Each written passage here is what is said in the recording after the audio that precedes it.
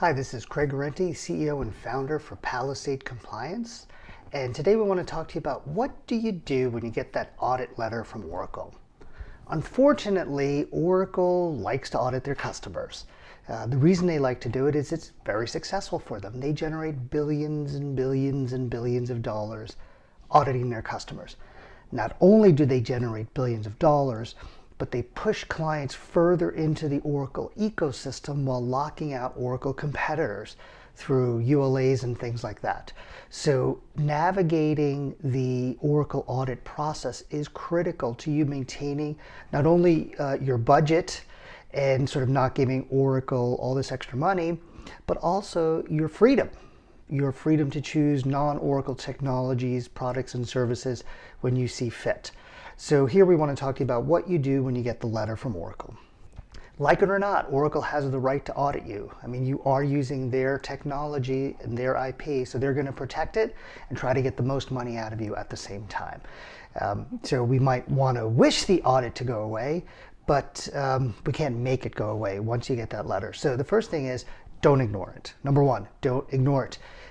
If you have an audit response team internally, hit that big red button and let the sirens ring and flash and get everyone organized. If you don't have that big red button and you don't have an audit response team, make sure you communicate up the management chain, right? You want to go to the highest levels you can, because sometimes Oracle sends audit letters to CEOs or CIOs.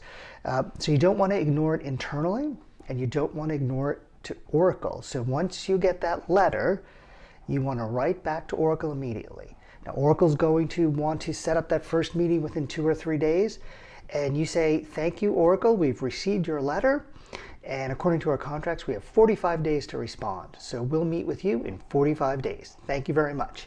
And that should give you time. Or one of the main things you want in an Oracle audit is time to figure things out. There's a reason Oracle's auditing you. They think you're out of compliance. So don't ignore it. Respond back to Oracle. Get your 45 days. Respond to your management and make sure they know what's happening.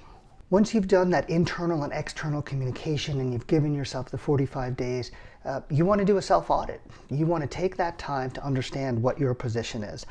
The real important thing is that you know your position, because once you have that information, then you can make decisions on how to optimize your position or mitigate risk or go forward knowing that you're in compliance.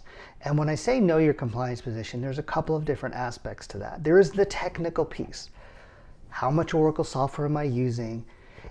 Where am I using it? Who's accessing the software, things like that. And then there's the business side of it, making sure that your customer definitions are correct, making sure that there's been no merger and acquisition and divestiture activity that would impact your compliance, or that you have, let's say, embedded Oracle technology into a service or a website that your customers access. That's another area where we see Oracle very active in terms of auditing their partners. It's not just their customers that they're auditing. So you want to do both the technical and you want the business side, and you want to have an answer. And if you can have that answer in 45 days, that's great. If it takes you a little longer, well, you can manage the process to give yourself some more time. Now let's fast forward. It's 45 days later or 60 days later, or whenever you're going to have that first meeting with Oracle. Again, Oracle is going to come in and make some demands. You need to send us this. You need to run these scripts. You need to fill out these spreadsheets. None of that is typically detailed in your contracts with Oracle. What you want to do is make sure you have a level playing field and you have the rules in place before you start sending information. I mean, what are they going to audit you on if you guys disagree on how many licenses you have? What are they going to audit you on in terms of usage if you're counting your licenses on a virtualized environment one way and Oracle wants to count them another way? Using Oracle on VMware or in the cloud is another way that Oracle has generated billions of dollars claiming non-compliance.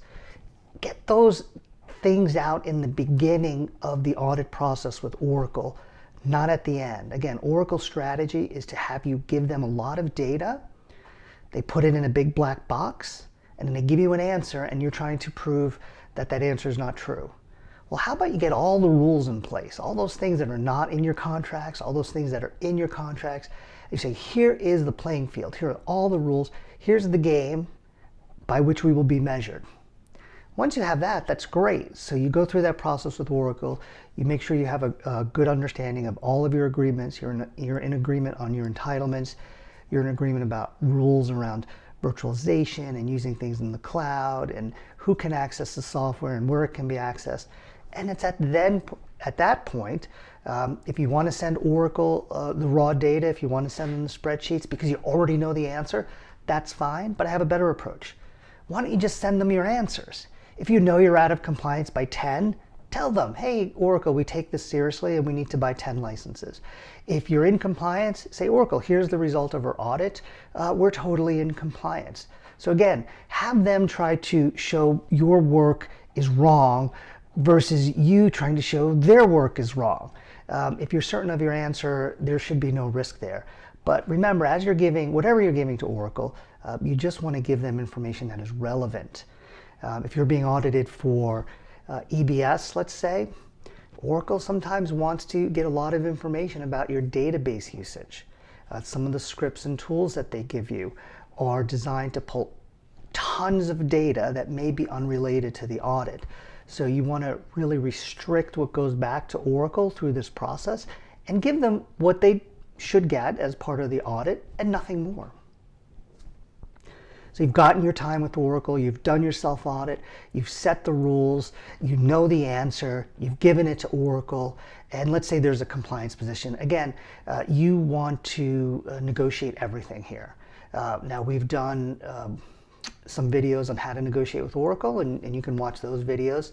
But ultimately, even if you're in an audit situation, you want to make sure that you're leveraging Oracle's quarter and fiscal closes to your advantage.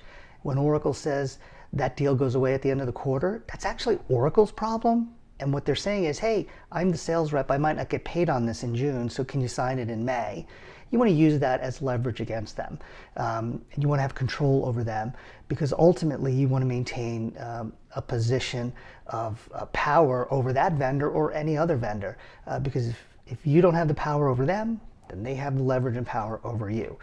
So you want to negotiate heavily even up until the end. You want to make sure you have the right contract in place that will get you back into compliance. I can't tell you how many customers actually buy licenses from Oracle at the end of an audit and they're still out of compliance. Definitely don't want to be in that position. And then any closeout letter from Oracle, you want to make sure you negotiate that all up front before you sign anything. Because once you sign that contract and issue that purchase order, you lose all that leverage for the audit team to actually do the right thing and close the audit out properly. So you want to negotiate all that up front and sign all that stuff together. So we hope this video has helped you on our best practices for managing the Oracle audit. Oracle audits can be quite risky, and you really never know what you're going to get from one LMS auditor to another. So we highly recommend, if you find yourself in an audit, whether you just have the letter from Oracle and you haven't sent them anything, or you've gone through the entire process and you have the final report from Oracle, call us up at Palisade Compliance. I guarantee you we'll put you in a better position than you would be without us, without our support. We've got all the tools that you need to actually measure and do those technical audits and health checks before sending information to Oracle, as well as the contractual and business experience that you need to do that side of the health check. So we can guide you through the entire process from receiving the letter to closing out the audit. We hope this video helped you. Hopefully you don't get audited by Oracle. So good luck everybody with Oracle and have a great day.